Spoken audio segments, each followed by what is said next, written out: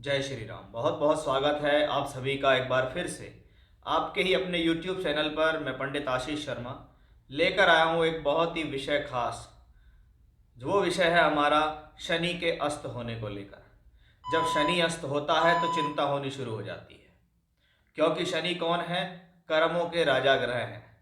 हमारी नौकरी, हमारे व्यापार और हमारे कर्मों पर अधिकार शनि का है।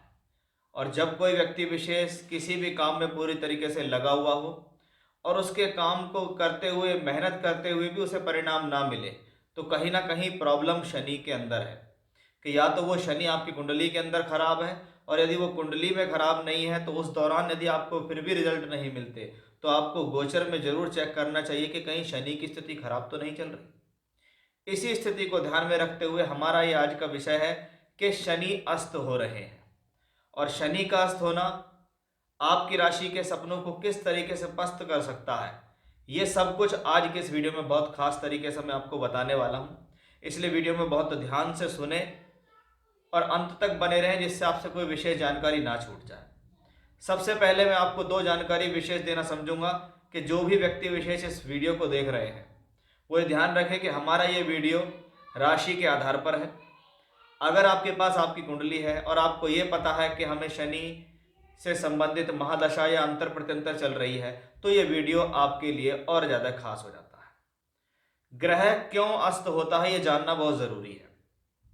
शास्त्र कहता है कि सूर्य ग्रहों का राजा है, और राजा हमेशा ये कोशिश करता है कि मैं जहाँ पर बैठूं वो गद्दी मेरी अपनी हो, अकेली हो, कोई और उस गद्दी पर ना बैठे। यदि कोई भी ग्रह उसके आसपास आने की कोशिश करता है तो वो अपने तेज से, अपनी ऊर्जा से उसको जला सकता है, उसको अस्त कर सकता है, उसे अंधा कर सकता है। आप भी यदि अपनी नंगी आंखों से सूर्य को देखने की कोशिश करेंगे तो शायद 5 सेकंड भी आप सूर्य को लगातार आंख खोलकर नहीं देख पाएंगे। तो ये समझिए कि लाखों किलोमीटर दूर होने के बाद भी सूर्य का जो ताप है वो आपकी आंखों को खुलने नहीं देता, आपको अंधा कर देता है कुछ समय के लिए। तो जो ग्रह उसके पास हैं वो कितनी चिंता में होंगे। ऐसा ही एक ग्रह है शनि, कि शनि कुंभ राशि में गोचर कर रहे हैं वर्तमान में, लेकिन उस शनि के पास गोचर करता हुआ सूर्य पहुंच गया। और 11 फरवरी से लेकर 16 मार्च तक सूर्य शनि के पास रहेंगे। सामान्य तौर पर कुंडली में हो या ब्रह्मांड में हो, सूर्य से शनि की 15 डिग्री की दूरी शनि को अस्त कर देती है। इसलिए 11 फरवरी से 16 मार्च लगभग 35-36 दिनों का ये समय काल होगा। इस दौरान सूर्य के निकट आने के कारण यह समझ लीजिए कि सूर्य ही कुंभ राशि के अंदर पहुंच गए हैं और उन्होंने शनि को अस्त किया। और जब शनि अस्त होते हैं तो कारकत्व अस्त हुए। सूर्य को यहाँ कोई प्रॉब्लम नहीं है, उसने तो उसे कंबस्ट कर दिया। शास्त्र कहता है जब कोई ग्रह अस्त हो तो ऐसे ग्रह को हम कुपित कहते हैं, पीड़ित कहते हैं। कुपित और पीड़ित होने का मतलब है कि वो ग्रह चाह कर भी रिजल्ट नहीं दे पा रहा, वो ग्रह चाह कर भी आपको अच्छे परिणाम नहीं दे पा रहा है। इसको हम कहते हैं कि हम अपने प्रयास कर रहे हैं, हम अपनी मेहनत कर रहे हैं, लेकिन फिर भी उस मेहनत और प्रयास का हमें फल नहीं मिल रहा। इसका मतलब शनि अस्त हो गए हैं और सूर्य ने अस्त किए हैं। तो सीधी बात है, अगर कोई व्यक्ति आपको पीड़ित कर रहा है या परेशान कर रहा है तो आप क्या करेंगे? उसके हाथ जोड़ेंगे और अपनी एनर्जी को बढ़ाएंगे, जिससे आप उसकी प्रॉब्लम को झेलने में सक्षम हो। कि अगर सर्दी होने हो रही है तो सर्दी होने के लिए आप ऐसी चीज़ें खाएंगे जिससे सर्दी कम लगे, कपड़े पहनेंगे, ना कि आप सर्दी के लिए फाइट करेंगे। आप अपने आप को मजबूत बनाएंगे। ऐसा ही अगर शनि अस्त हुए हैं तो सूर्य की पूजा करनी है, और सूर्य की पूजा करेंगे इस दौरान, यानी सूर्य देव को जल देना, सूर्य के मंत्रों का जाप करना आपके लिए शुभ रहेगा। बाकी अपने कर्म पर पूरी तरीके से ध्यान देना है। ये पहली बात है कि अस्त क्यों होता है सूर्य के निकट। क्या ये हमेशा शुभ है या ये हमेशा अशुभ है, ये निर्भर करता है आपकी राशि विशेष पर। कि जो लोग, जिनकी राशियों से सूर्य की स्थितियां बहुत अच्छी होती हैं, अगर वो शनि को अस्त भी कर दें तो भी उस पर कोई बहुत ज़्यादा फर्क पड़ता नहीं है। लेकिन जो ग्रह शत्रुता रखते हैं, क्योंकि सूर्य और शनि तो आपस में भी शत्रु हैं, और अगर यही सूर्य या शनि आपकी राशि से भी शत्रुता रखें तो ये आपके लिए और ज़्यादा अशुभ हो जाते हैं। इसी चीज़ को बड़े ध्यान से मैं आज आपको इस वीडियो में समझाने वाला हूँ। इसलिए मेरे इस वीडियो में अंत तक बने रहिएगा, जिससे आपको विशेष जानकारी मिल पाए कि आपकी राशि के लिए इन 35 दिनों के अंदर ऐसा क्या खास ध्यान रखना है कि जब आपके शनि अस्त होंगे तो वो आपको क्या फल दे सकते हैं।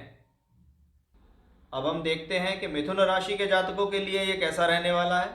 मिथुन राशि आपके स्वामी बुध है और बुध बुद्धिमता का ही सीधा सीधा सा प्रतीक है कि बुध ग्रह जो है वो बुद्धिमता से जुड़ा हुआ ग्रह है, आपकी नॉलेज से, आपकी विजडम से, आपके ज्ञान से जुड़ा हुआ ग्रह है। अब शनि कौन है? शनि आपके लिए दो ऐसे भाव का स्वामी है कि एक भाव को हम अशुभ कहते हैं, एक को शुभ कहते हैं। एक भाव अष्टम है, एक भाव नवम है। एक भाव त्रिक भाव कहलाता है, एक भाव कल्याणकारी त्रिकोण भाव कहलाता है।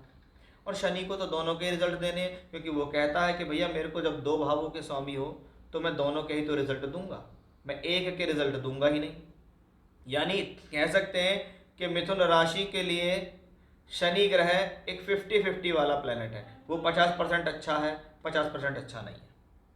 अब इसमें खराब भाव का स्वामी शनि अस्त हुआ। पहले इसको सुनो कि सूर्य ने शनि को अस्त कर दिया।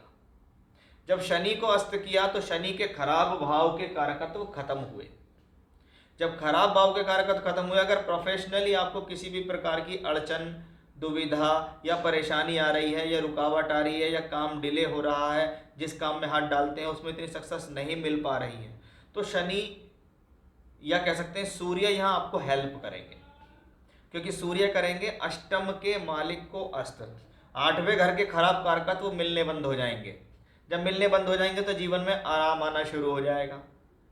अब देखो कि ये नवम भाव का स्वामी भी तो है, तो क्या नवम भाव के भी कारकत्व अस्त होंगे? बिल्कुल अस्त होंगे, कि भाग्य का मालिक अस्त हो रहा है। लेकिन अस्त अगर भाग्य का स्वामी है तो इसका मतलब है कि प्लेनेट अगर अस्त हुआ है तो उसके कारकत्वों को बढ़ाने के लिए अगर आप थोड़ा सा भी एफर्ट्स बढ़ा देंगे तो कहीं ना कहीं 9th हाउस की पॉजिटिविटी मिलेगी। अब सूर्य क्योंकि आपके लिए तीसरे घर के स्वामी है, ये समझने वाली बात है कि तीसरा घर सेल्फ एफर्ट्सों का है कि जी मैंने संघर्ष किया, मेरे द्वारा संघर्ष करके मैंने अपने भाग्य को बनाया। ये 9th हाउस का सूर्य है कि 9th हाउस में दो मैलेफिक ग्रह हैं, सूर्य और शनि। इस दौरान पिता के साथ मतभेद संभव है। इस दौरान पिता के स्वास्थ्य को लेकर चिंता हो सकती है, ध्यान रखें उनका। क्योंकि शनि और सूर्य दोनों मिलकर यहाँ देखेंगे तीसरे घर पे, तो कभी कभी भाग्य बनाने के लिए ट्रैवलिंग्स करनी पड़ती है, अचानक भाग्य बनाने के लिए यात्राएं करनी पड़ती हैं, या कह सकते हैं भाग्य बनाने के लिए किया गया एक्स्ट्रा एफर्ट आपके जीवन में संतुलन भी देगा, आपको लाभ भी देगा, आपको फायदा भी देगा। ऐसी स्थिति में जितना ज़्यादा आप सूर्य से संबंधित पूजा करेंगे, क्योंकि जो प्लेनेट अस्त कर रहा है हम उसके जाके हाथ जोड़ के खड़े होते हैं कि भाई आप हमें अस्त कर रहे हैं, हम आपका कर कुछ नहीं सकते क्योंकि आप ग्रहों के राजा हैं। हम तो दैनिक जीवन में भी अगर सूर्य को देख लें तो वो हमें अस्त कर दे तो ये समझिए इसके पास जो प्लेनेट घूम रहे हैं उनकी क्या हालत हो रही होगी। अब 15 दिन 35 से 36 दिन तक सूर्य अस्त करके रखेगा, तो सूर्य के हाथ जोड़िए, सूर्य देव को जल दीजिए, रोजाना सूर्य देव के मंत्रों के जाप कीजिए और शनि को बल दीजिए। शनि का बल क्या है? शनि को श्रम प्रिय है, मेहनत प्रिय है। वो कहता है आपको अपने टारगेट से इस दौरान भगना नहीं है, भ्रमित नहीं होना है, घबराना नहीं है, मेहनत दुगनी करनी है। और मेहनत करेंगे दुगनी तो तीसरे और 9वें के मालिक सूर्य शनि मिलकर आपके भाग्य के अंदर भी परिवर्तन करेंगे। यानी इस दौरान इस ग्रह की जो स्थितियां हैं वो आपके लिए पॉजिटिव हो सकती हैं, लेकिन जो बातें मैंने आपको बताई उसका ध्यान रखना होगा कि अब हमें अष्टम से रिजल्ट नहीं चाहिए। अष्टम तो अस्त हो गया, अच्छी बात है, अब हमें नवम से रिजल्ट चाहिए। और नवम का रिजल्ट है आपके सेल्फ एफर्टों का रिजल्ट। और शनि को प्रिय है सेल्फ एफर्ट्स कि हमें किसी के कंधे पे बंदूक नहीं रखनी है, हमें खुद अपने आप को स्थापित करना है। और अगर आपने स्थापित किया तो आप देखिए अवश्य ही आपके लिए बहुत अच्छे रिजल्ट भी ये ग्रह देने वाला होगा। तो ये है मिथुन राशि के जातकों कैसा होगा जब शनि होंगे अस्त। जय श्री राम।